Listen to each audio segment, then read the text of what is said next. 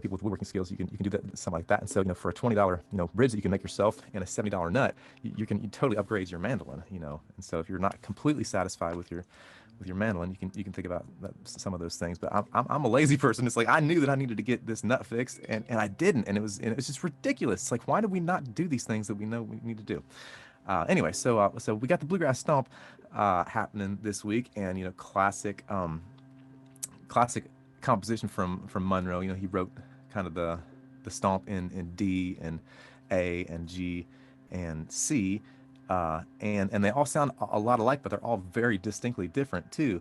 I want to turn it over to David and ask your thoughts about how this song kind of where it landed in your formative development and what it's meant to you from down home through the years. Well, I grew up listening to this, had the original 78 of it that my parents had. And so this was a constant player on my parents' 78 turntable. And I like it because it's one of the early uses of his lore.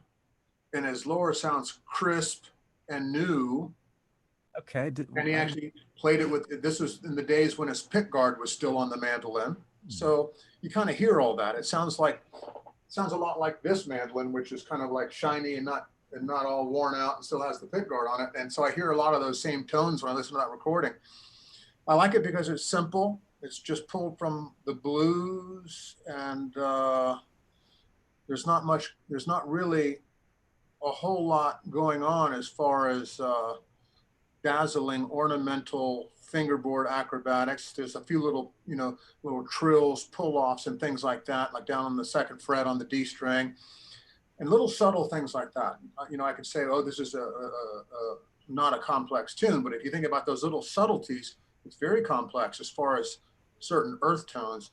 When I was listening to Lauren play it, that's a fantastic video. And this is one of the things I like about her, is that she is a young person who still embraces all these primal roots musics and can execute that, yet at the same time do her own thing.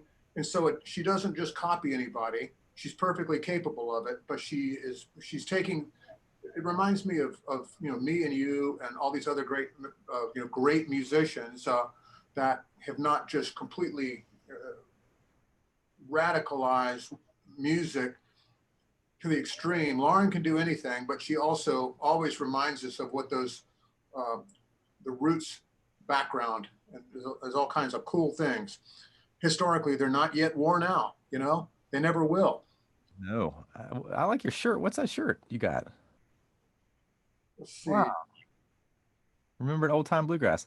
Yeah, I just, but to your point, honoring the tradition, honoring the ancestors of the music, and being able to hear the musical value, the spiritual value, the energetic value of what has come before, and giving the respect to that, to be able, to do the homework. And then with that, with that information, then you understand like your own stylistic context, better. Right. Also, maybe to help clarify, an example of another person like that who's amazing is Eric Clapton, Hmm. where he has his own thing going on, and he's a master of the guitar, but you can tell that he really, really loves the roots. He's really into Robert Johnson and these old blues people. I kind of think of Lauren as like the Eric Clapton of the mandolin. Nice. I can dig that because her style is very, very clean too. Very clean. It's like, you know how I feel about clean, right? How many times have I said clean in this Zoom camp? Probably 1,000 times.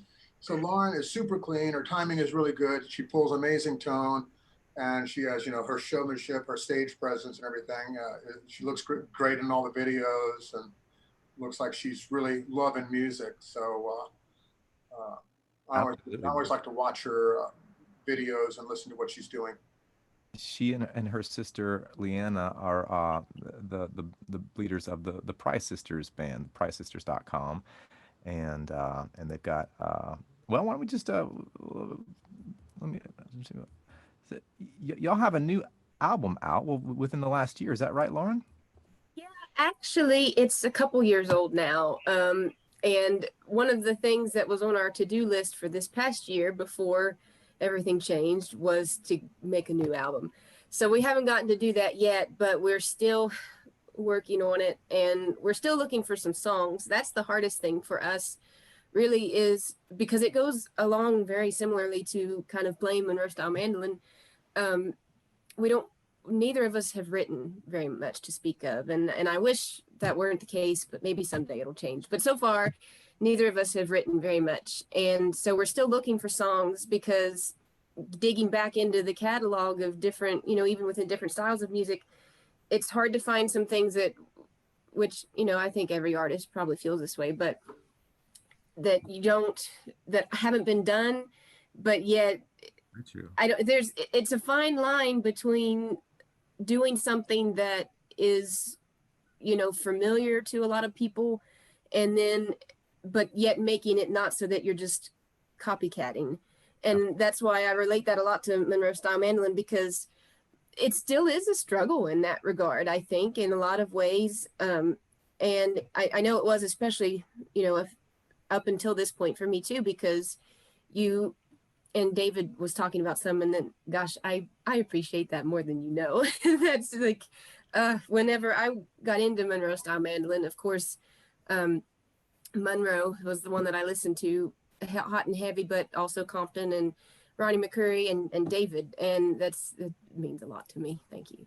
But anyway, it's hard to learn this stuff and then be tempted to just play what you know, because it's so darn cool. And because in a lot of ways, I don't feel like it can be done any better than that. If you're doing somebody else's work like Monroe's, it's like, I sort of don't want to replace that.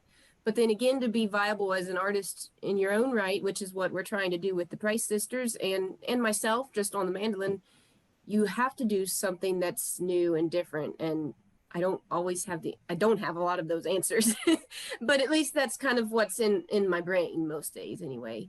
I think y'all do a great job of the word that Mike Bubb would say over and over again was relevance. He's like, so how do you make the old music relevant? And he's like, well, that's a problem with, it's just hard to do. But I think that y'all dig deep in that way, and what you do present, and you got a great band, and it doesn't feel like bluegrass theater, because I've done a bit of that myself, and that can be a bit restrictive. I think that y'all have a lot of thoughtfulness with what you're putting together with your material that isn't the most common, but yet honoring the tradition, and then putting, because people want to hear the bluegrass breakdown played with the letter and spirit, because they hear it so many other places, and it loses a lot of that stuff. I think y'all do a great job with that kind of balance. Yeah.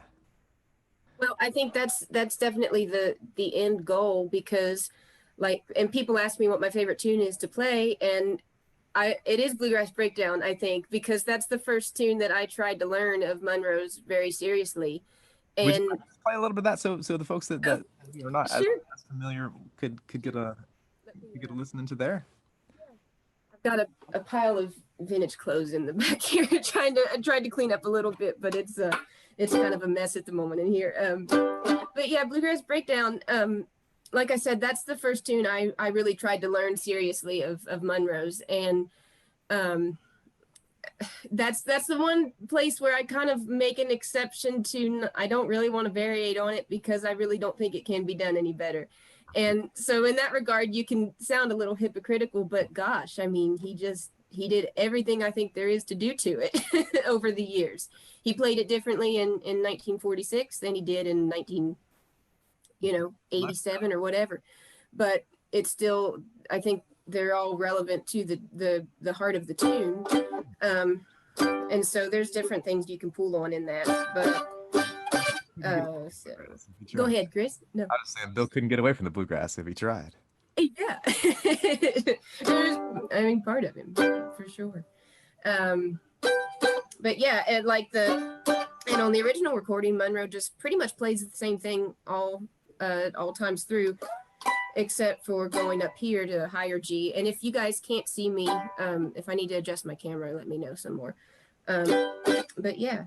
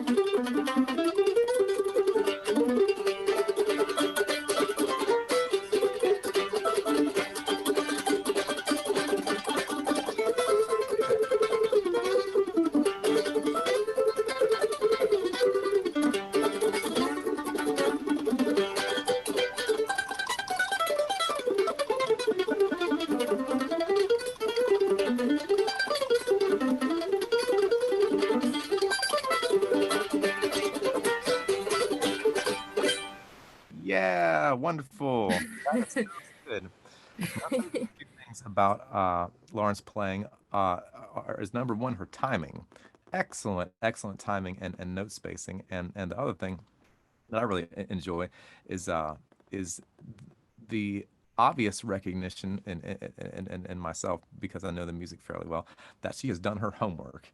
And you can just tell that she has spent a lot of time doing what it is that allows one to hear the music on the molecular level, which is, probably slow it down. I'm just guessing that you've done a lot of slowing the music down. Hey? Yeah. Oh yeah. And gosh, talk about a song to warm up with. But yes, that's how I did the bulk of my learning on this stuff. And I mean, I've had, oh, let me lower my screen for next time too. I have had so many people that are amazing players that I look up to, just more than I can put into words, help me over the years, and take the time to show me things and answer questions.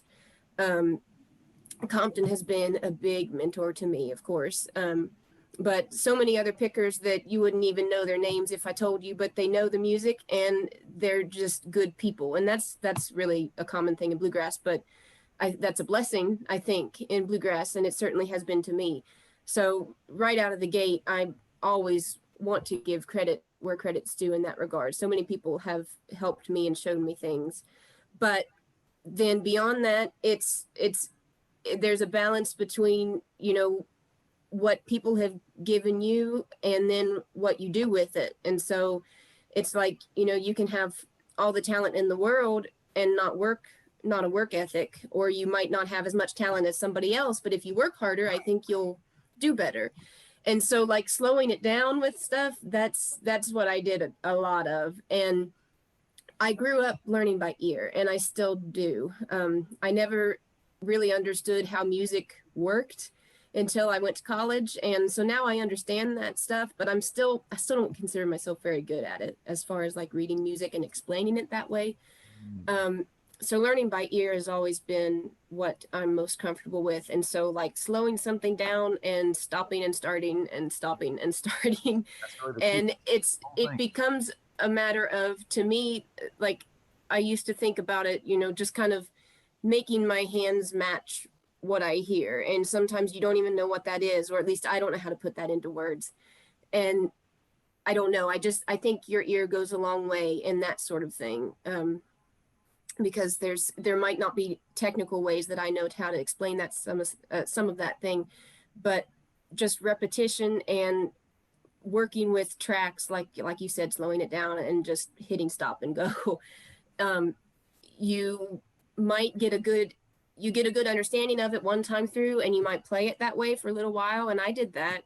And then you kind of put that tune away, and you might go back to it a year later and think, oh, this is totally different than what I was doing. That's okay. But now I know what he actually did there. And so I think just listening goes a long way. Absolutely. You did a really nice video for everyone. That's in the Dropbox folder there. I hope everyone's been able to see that. I know not everybody has time, throughout the week to do that. Um, but would you like to lead us through a segment talking about your ideas for improvising with Bluegrass Stomp? Um, and Bluegrass Stomp's actually not a tune that I've played around with a whole lot, but it's one of those that, since I'm fairly comfortable with that format, I think that, I can help people out with it. It, like David talked, it's the same format as several of Monroe's tunes, but they all have a very distinct heart melody to them. And again, since I'm not a very super inclined to music theory, I don't know how to explain those differences, but to me, they're just different. They all stand out. They're all unique. Even though they're all over the 12-bar blues format when written. So like I did in the video, and if you watched it, some of this will sound, maybe, word for word deja vu. But if you didn't get to watch it yet. I've watched it about 35 times. Oh, goodness. Well, thank you. I told Chris. It's go ahead. Fantastic. Thank you. Thank you. I told Chris we actually got lucky in that regard. I'm very thankful to know a girl that I went to college with is a videographer. And I was meeting up with her last Saturday to do some other video work that I had to get done. And we were able to squeeze that in. So otherwise, it would have probably just been my best iPhone attempt. But I'm glad that we were able to get that put together. She's great. But so whenever I start with a tune like this, and this goes for any tune, I always tend to play the melody. And I don't think that that's a cop out like some people think. I don't think you can be too simple, depending on your abilities. If you can push something farther, push it, but it's, taste comes into play. Respectful. Yeah. Some of us think that not playing the melody can sometimes be the cop out. Oh yeah. That's true. That's a good way to put it. There's a time and a place for both. I agree. And improvising has never been something I've considered my strong suit. And a lot of that, I think, comes back to like playing backup, because I'm a mandolin player, and I love playing the mandolin, and I want to be a mandolin player by all counts. But I still feel like I'm a singer first, and like singing harmony with my sister. And so normally when we're on stage, I'm singing most of the time, and I don't have a lot of conscious effort to working on my backup. And I think that's hindered me in the improv circles. So that's something that I still, want to work on a lot and push myself with. But do you feel like your singing helps your mandolin playing? Me? Yeah. Oh, I think so, because if it's a tune that I'm not familiar with, if it's a vocal song, then I'll try to sing it in my head when I'm playing it. Yeah. So that keeps you on track melody wise and timing. And I think that, it's kind of a lot of vocalists. There's either like stark differences between just singing straight and embellishing a lot of things with like slurs and trills. And I think there's a time and place for all of that. For all intents and purposes, I think I sing pretty straightforward. I'm sure you know Jenny Hawker, don't you? Yeah. And whenever Leanna and I were 14, I think, we did a vocal weekend workshop with her and Tracy at their home, and it was just amazing. But one thing that's always stuck with me is she has said not to piano sing. And I never, it's kind of a funny concept, but it makes perfect sense to me, like just dinking out one note at a time with your voice and not blending things. So I think there's a good balance vocal wise and instrumental wise between just playing the straight melody notes, that's the way to learn it. And then you can start to spice things up a little bit, like I talked in the video. And so that's just really one little tiny difference between the stark melody and all of a sudden it sounds like cool. It's one little thing. Yeah. And so, like you said, with singing, I think there's some similarities there, but I think it does help me when I'm playing, knowing how the melody goes with those sort of songs. But yeah, so like I talked about with in the video, to start out, I start with the melody and then, give that its due, like we've already kind of talked about some, because without that, you can't establish what the tune is from something else. But then, yeah, but then there's certainly a time and place for good improv. And I love that because that's where an individual starts to sound like themselves instead of somebody else. And that's another thing that I've kind of tried to shift in my mind a little bit the last several years is, for Monroe Style, I want to play like Monroe, but I want to sound like me. And I don't know where that dividing line is all the time, but I think that's kind of the attitude to go for there. Ever evolving. Yeah. So like I said in the video, start with the melody, and stop me, Chris, if I'm getting off topic or beyond what you want to go at the moment. Saying stuff. Huh? I think everything you're saying is important for this conversation. But so the melody, like I believe it was first recorded in 48 or 49, and I should know that for certain, but I think that's it. It's just like this.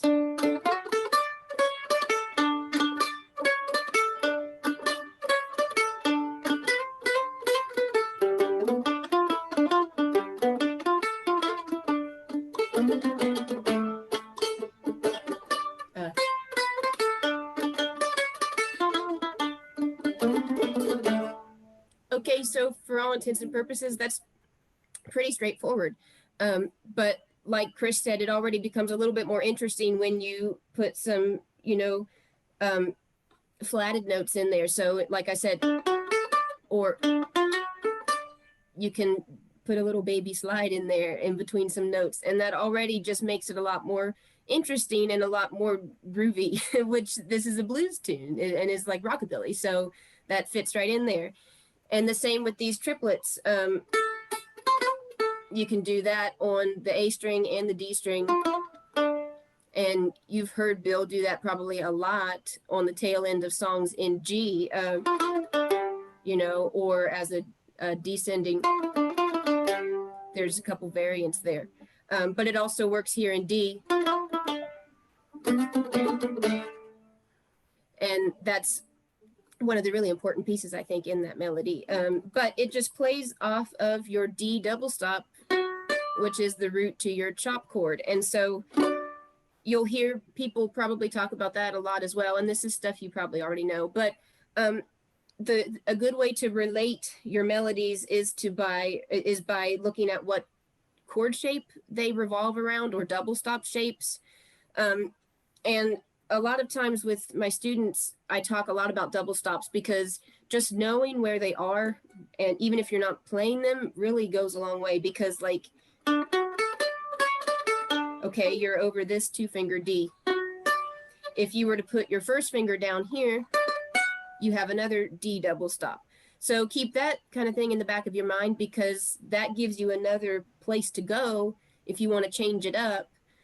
That's not far away, and it's not really anything different. You can just throw another complementary note in there that's within the scale. So you could also do it here and slide into that long D double stop. And I talked about that in the video a little bit too. But do you guys have any questions or comments so far, or do you want me to go into it further? Yeah, feel free to raise a hand if you got questions on the old bluegrass stomp here. But yeah, please feel free to keep going. And I'd be interested to hear your thoughts with regard to how do you know when you're going too far, like outside of Monroeville? Is that like something that you feel, or do you just kind of know that, okay, you know, I could do this, but I'm not going to? Yeah, that's a good question. For me, I kind of know if I'm going too far just because if I get out on a limb and then I don't know how to get back.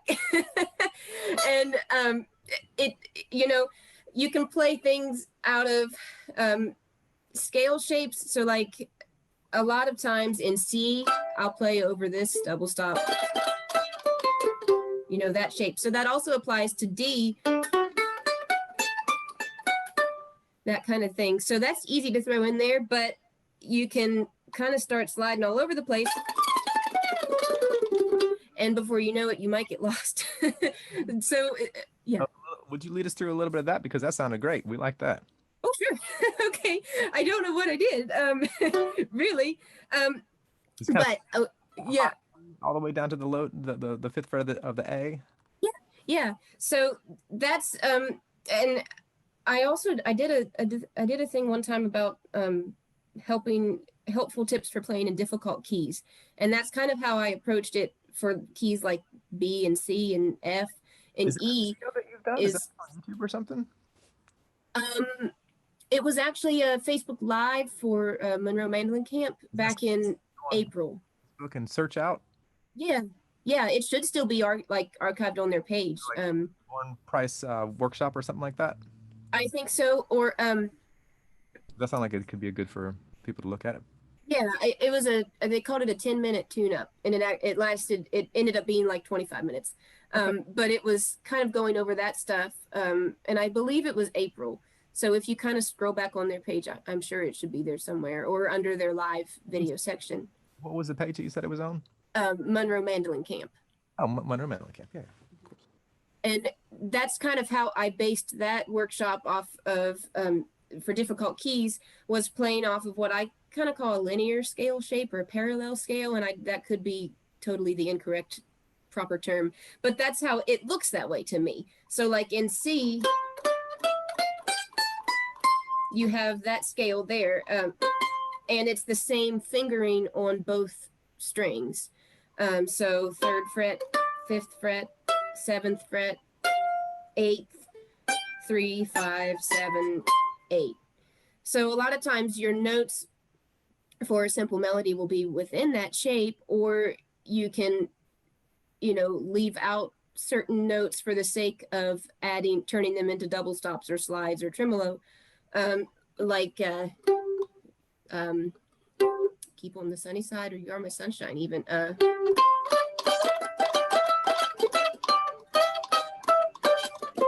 You know, something like that. Simple melody, but you get what you need to get, I think, emphasis on within those double stops and tremolo. So back to D, though, if you were trying to reach out on you know, a tree branch that you can't quite reach for Bluegrass Stomp, it's not as difficult as you might think, even though it looks kind of hairy to get up this high. Apply the same knowledge that we just went through here in C, 2 frets up exactly for everything. So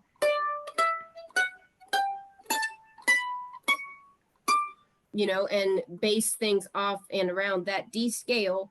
But in turn, this is also a common D double stop that's within your hand's reach here, except it's flip-flopped from that.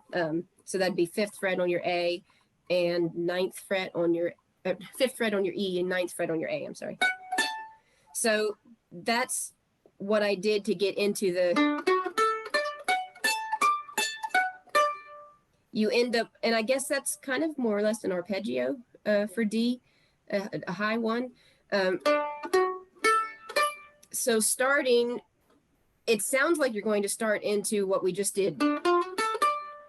Only instead of, like, if I'm playing it down here, I would use middle and ring finger. But if I'm going up high, you need your pinky engaged. So I would use your first finger to start off with. And so you're just switching hand positions. And also use your middle finger to grab the D note. I'm sorry. So then ring finger first, pinky first, ring, and first. So right there, you know, you could easily play the same just simple bluegrass stomp melody an octave higher, which is something that you know we haven't talked about that, but you could easily have that as a variation. Yeah. And then, you know, you can jump back down there and that kind of thing, or stay in your double stops. As simple as that. So you'd resolve to A and then back to D. Here's an A. There's an A. You did So something to the effect of something like that. Would you? yeah. Oh, what did I do? Or just a descending slide from.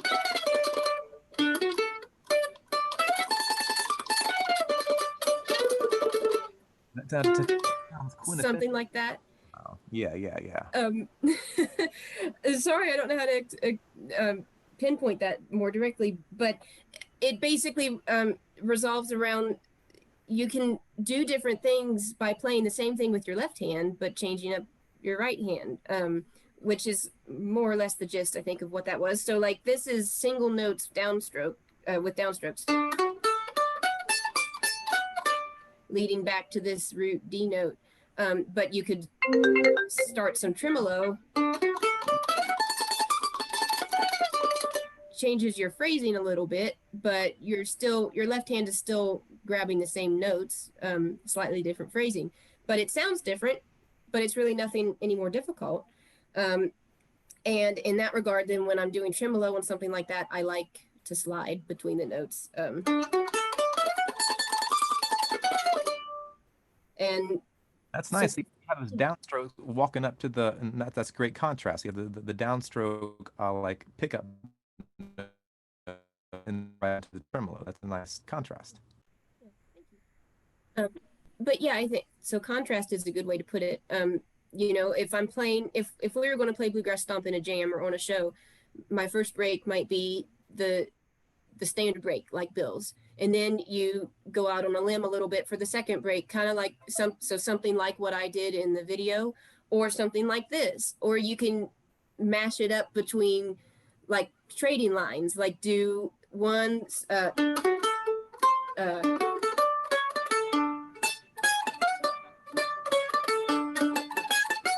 you know, and you're alternating new, like old and new, but they're not there. So they're playing in contrast to each other, but they also play well together.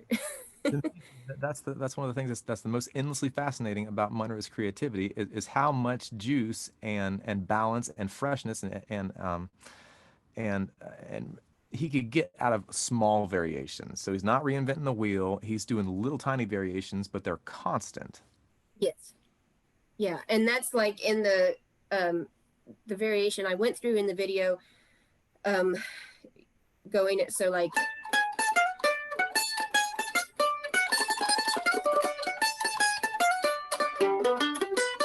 so arpeggio over G, and it's just following your chord changes in the song like you would anyway, and then